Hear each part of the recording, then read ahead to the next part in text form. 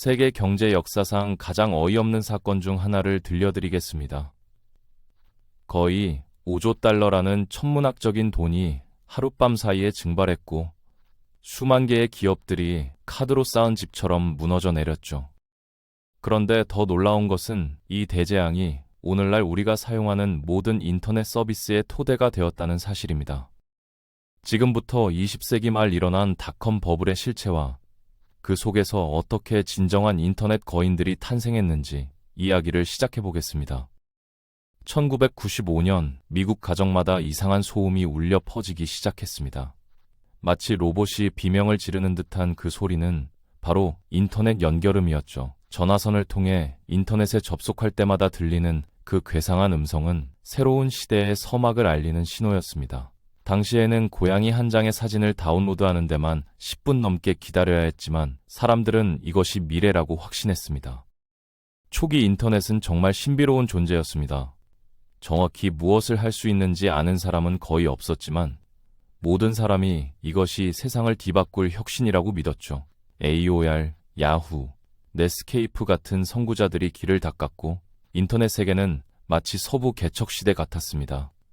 다만 총 든 카우보이 대신 샌들의 양말을 신고 컴퓨터를 두드리는 괴짜들이 주인공이었을 뿐이죠. 월스트리트에서는 완전히 다른 드라마가 펼쳐지고 있었습니다. 벤처 투자자들은 온라인이라는 단어만 들어도 개가 먹이 소리에 반응하듯 흥분했죠. 카페인이 가득한 라떼와 무한한 낙관주의에 취한 투자자들은 도메인 이름이 닷컴으로 끝나기만 하면 수백억 원씩 쏟아부었습니다. 사업 계획이 엉망이어도 상관없었고 수익 모델이 없어도 괜찮았어요. 예를 들어 어떤 회사는 인공지능을 활용해서 공중 화장실 빈자리를 예측하는 서비스라고 발표했는데 투자자들은 혁신적이다며 2억 달러를 던졌습니다. 마이크로소프트 페인트로 대충 만든 로고와 피치덱에서 파괴적 혁신이라는 단어를 3번만 언급하면 기업 가치 1억 달러짜리 스타트업이 탄생했어요. 상식으로는 이해할 수 없는 일들이 매일 벌어졌습니다. 패츠닷컴이라는 회사를 보면 당시 상황을 정확히 알 수 있습니다. 양말 인형 마스코트로 유명했던 이 회사는 20kg짜리 강아지 사료를 손해를 보면서 팔았는데도 투자자들로부터 3억 달러나 받았죠. 이토이는 장난감을 팔겠다며 채권자들에게 빚만 잔뜩 남기고 사라졌고 웨바는 군사작전만큼 정확한 식료품 배송을 약속했다가 반죽덩어리처럼 흐물흐물해져 버렸습니다. 그럼에도 불구하고 아무도 이상하다고 생각하지 않았어요. 나스닥 지수는 4배나 치솟았고 기업 공개는 마치 유명 연예인의 결혼식처럼 언론의 주목을 받았습니다. 금융뉴스 프로그램들은 종교방송처럼 기술주를 찬양했죠. 오늘의 추천 종목은 강아지용 양말을 택배로 보내주는 웹사이트입니다. 패션 업계를 완전히 바꿔놓을 겁니다. 1999년에는 광기가 절정에 달했습니다. 슈퍼볼 광고에는 아무도 들어본 적 없는 회사들이 나왔는데 심지어 제품조차 없는 곳들이었어요. 한 광고는 그냥 저희 웹사이트는 3월에 오픈합니다. 박수 쳐주세요 라고만 했는데 관중들은 정말로 박수를 쳤습니다. 사람들은 실제 사업이 아니라 분위기와 느낌에 투자하고 있었던 거죠. 주가는 하늘 높은 줄 모르고 올랐습니다. 서류상으로는 모든 사람이 부자가 되었어요. 10대들이 자신의 방에서 주식 거래를 했고 수정 컬렉션이나 모으던 이모들도 테크 주식을 사기 시작했습니다. 치과 의사들까지도 진료 중간중간에 자바스크립트를 배우면서 나스닥 상장을 꿈꿨을 정도였어요. 1998년부터 2000년 사이에만 12,000개가 넘는 새로운 닷컴 회사가 생겨났습니다. 사무실들은 놀이공원 같았죠. 탁구대, 안마의자, 낮잠 침대, 시리얼바, 킥보드가 기본이었습니다. 사무실이 부자 아이들 놀이방청처럼 보이면 차세대 마이크로소프트가 될 수 있다고 믿었거든요. 아무도 수익에 대해서는 묻지 않았습니다. 돈 버는 것은 중요하지 않았고 확장만이 목표였어요. 모든 회의실에서 한 문장이 주문처럼 반복되었습니다. 이번에는 정말 다릅니다. 하지만 전혀 다르지 않았죠. 아무도 그 진실을 듣고 싶어 하지 않았을 뿐이에요. 이것은 단순한 골드러시가 아니라 낙관주의로 포장된 집단 망상이었습니다. 모든 사람이 인터넷이 모든 것을 바꿀 거라고 믿었어요. 그리고 실제로도 그럴 예정이었습니다. 다만 그들이 상상한 방식은 아니었죠. 그런데 캘리포니아의 어떤 차고에서는 베조스, 브린, 페이지, 머스크 같은 조용한 천재들이 이 모든 광경을 지켜보고 있었습니다. 그들은 진짜 인터넷 시대는 아직 오지 않았다는 걸 알고 있었어요. 과대 광고 열차가 절벽을 향해 달리는 동안 이들은 이미 그 다음 열차를 위한 철도를 건설하고 있었습니다. 2000년 3월 10일 나스닥이 5048포인트로 사상 최고치를 찍었습니다. 샴페인이 터지고 사무용 의자가 굴러다니며 축제 분위기였어요. 마치 새로운 시대가 시작된 것처럼 느껴졌습니다. 어떤 면에서는 정말 그랬고요.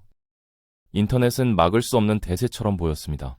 이건 거품이 아니라 실시간으로 펼쳐지는 미래였어요. 그런데 거의 눈에 띄지 않게 균열이 나타나기 시작했습니다. 몇몇 닷컴 기업들이 매출 목표를 달성하지 못했어요. 한때 선택사항이었던 질문들이 다시 중요해졌습니다. 잠깐, 실제 수입이 얼마죠? 고객이 몇 명인가요? 정말로 돈을 벌고 있나요? 웨바는 10억 달러 넘게 투자받아서 완벽한 식료품 배송 시스템을 만들겠다고 했다가 엄청난 적자를 발표했어요. 분위기가 급변했습니다. 자신감이 당황으로 바뀌었고 당황은 의심으로 바뀌었죠. 한때 들떠있던 시장이 천천히 하락하기 시작했습니다. 그리고 매도 물량이 쏟아졌어요. 한때 기술주의의 무적 상승을 상징했던 나스닥은 그 후 2년 동안 무려 78%나 폭락했습니다.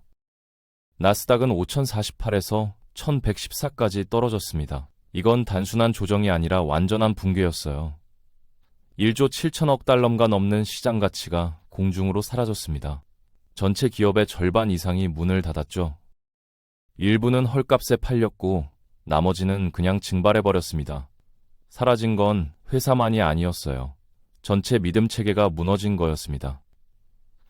아마존은 시장 가치의 95%를 잃었습니다. 야후 주가는 바닥으로 떨어졌고 이베이는 간신히 살아남았어요. 비니베이비와 중고 전자제품을 거래하는 소수의 이용자들이 사업을 지탱해 주었거든요.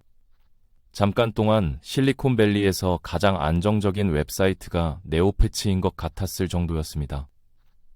여파는 월스트리트를 훨씬 넘어서 퍼져나갔습니다. 사무실들이 텅 비었어요. 주식 옵션은 휴지 조각이 되었고 엔지니어들은 책상을 정리했습니다. 축구대가 쓰레기통에 버려졌고 한때 잡지 표지를 장식했던 CEO들은 이제 TED 강연에서 모든 걸 잃고도 살아남는 법 같은 제목으로 강의했어요. 한때 닷컴 혁신을 두 번째 산업혁명이라고 환영했던 언론들도 태도를 바꿨습니다. 그들은 이를 닷컴 대참사라고 부르기 시작했죠. 벤처 투자금은 하룻밤 사이에 말라버렸고 스타트업들은 사라졌습니다. 한때 놀이터 같았던 회의실들은 갑자기 조용하고 침울하며 긴장된 공간으로 바뀌었어요. 이야기가 완전히 뒤바뀌었습니다. 인터넷은 새로운 전기가 아니라 새로운 튤립 투기였어요. 일시적 유행일 뿐이고 혁신을 추구하는 인류에게 값비싼 우회로였다는 겁니다. 이름에 닷컴이 들어간 모든 것들이 방사능에 오염된 것처럼 취급받았죠. 일부 회사들은 살아남기 위해 브랜드명을 바꿨습니다. 대학생들은 전공을 바꿨습니다. 2005년까지 컴퓨터 과학과 입학률이 30% 이상 떨어졌어요. 졸업하면 해고 통지서만 받게 될 텐데 굳이 코딩을 배울 필요가 있을까요? 많은 사람들의 꿈이 산산조각 났습니다. 그런데 제가 가라앉고 헤드라인이 잦아들자 예상치 못한 일이 일어나기 시작했어요. 더 조용하고 더 탄탄하며 훨씬 현실적인 무언가가 모습을 드러냈습니다. 대부분의 닷컴 기업들이 상상할 수 없는 속도로 무너졌지만 소수는 그렇지 않았어요. 그들은 당황하지 않았고 허세를 부리지도 않았습니다. 마치 파티가 끝났다는 공지를 못 받은 엔지니어들처럼 조용하고 체계적으로 계속 나아갔죠. 아마존 이야기를 해보겠습니다. 2001년에 월스트리트는 아마존을 완전히 망한 회사로 취급했어요. 주가는 17달러에서 6달러로 폭락했고 기사들은 아마존 폭탄이라고 불렀습니다. 투자자들이 줄줄이 도망갔고 실제로 상황이 심각해 보였어요. 하지만 베조스는 굴복하지 않았습니다. 우리는 꿈이나 분위기가 아니라 책을 배송합니다 라는 마음가짐으로 수익성 없는 사업들을 정리했어요. 비용을 절감하고 단 하나의 아이디어에 집중했습니다. 고객에게 더 빠르고 더 저렴하며 더 나은 서비스를 제공하는 것. 속임수나 산만함 없이 오직 끈질긴 실행만 있었어요. 네브래스카의 고객이 목요일까지 책을 받고 싶어하면 아마존이 그걸 가능하게 만들었습니다. 거창한 비전 선언이 아니라 물류를 통해서 말이에요.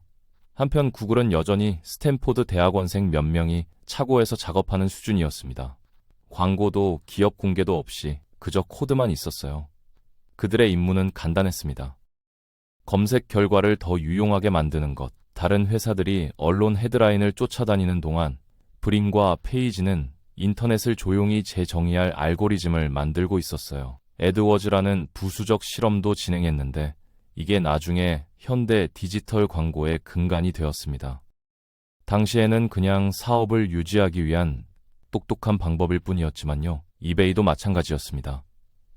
다른 회사들이 규모 확장을 위해 돈을 태우는 동안 이베이는 사람들을 연결하는 한 가지 일만 계속 잘 해냈어요. 수집용 동전부터 중고 팩스기까지. 이상하지만 단순하고 지속 가능한 사업이었습니다. 생존자와 희생자를 가르는 기준이 뭘까요? 한 단어로 수익성이었어요. 그들은 실제 고객과 매출, 그리고 작동하는 사업 모델을 가지고 있었습니다. 소통을 재창조한다는 막연한 꿈을 꾸지 않았어요. 사람들이 실제로 신경 쓰는 구체적인 문제를 해결하고 있었습니다. 입증된 수요가 있을 때만 성장했고 현금 흐름이 생긴 다음에 직원을 고용했어요. 화려하지는 않았지만 효과가 있었습니다. 과대 광고 기계가 무너지는 동안 살아남은 기업들이 다시 일어났어요. 더 작고 더 단순하지만 오래 지속되도록 만들어진 모습으로 말이에요. 닷컴 붕괴에 숨겨진 유산도 있었습니다. 바로 인프라였어요. 수십억 달러가 서버, 광섬유 케이블, 데이터 센터, 개발자 인재에 투입되었거든요. 회사들은 사라졌지만 도구들은 남아 있었습니다. 로마 제국이 멸망한 후에도 로마 도로가 살아남은 것처럼 인터넷의 뼈대도 남아서 기다리고 있었어요. 2003년이 되자 공황의 안개가 걷히기 시작했습니다. 차세대는 대규모 혁명을 일으키지 않았어요. 그들은 플랫폼을 구축하고 있었습니다. 페이스북은 기숙사 방에서 시작되었고 유튜브는 차고에서 탄생했습니다. 트위터는 출처 불분명한 사이드 프로젝트였는데 예상치 못한 영향을 미쳤죠. 그들은 런칭 파티를 열지 않았어요. 필요하지도 않았고요. 선배들이 남긴 인프라 위에 조용히 서비스를 쌓아 올렸을 뿐입니다. 2007년 스티브 잡스가 무대에 올라 작은 유리 직사각형을 들어 보였고 세상이 바뀌었습니다. 아이폰은 단순한 기기가 아니라 관문이었어요. 인터넷은 더 이상 접속하는 대상이 아니라 그 속에서 사는 공간이 되었습니다. 영구적이고 휴대 가능하며 개인적인 것으로 말이에요. 재탄생이 완료되었습니다. 구글은 웹사이트가 아니라 동사가 되었고 아마존은 도박이 아니라 편의성의 새로운 정의가 되었어요. 인터넷은 더 이상 거품이 아니라 현대 생활의 중추가 되었습니다. 살아남은 회사들은 거대 기업이 되었고 사라진 것들은 링크드인 게시물로만 기억되고 있죠. 맞습니다. 인터넷은 2000년에 거의 사라질 뻔했어요. 과대평가되고 오해받으며 붕괴 직전까지 갔습니다. 하지만 그 잔해 속에서 더 조용하고 집중된 인터넷이 탄생했죠. 엉뚱한 아이디어나 거창한 비전 때문이 아니라 몇몇 완고한 건설자들이 포기하지 않았기 때문입니다. 인터넷은 사라지지 않았어요. 재시작되었고 세상을 바꿔놓았습니다.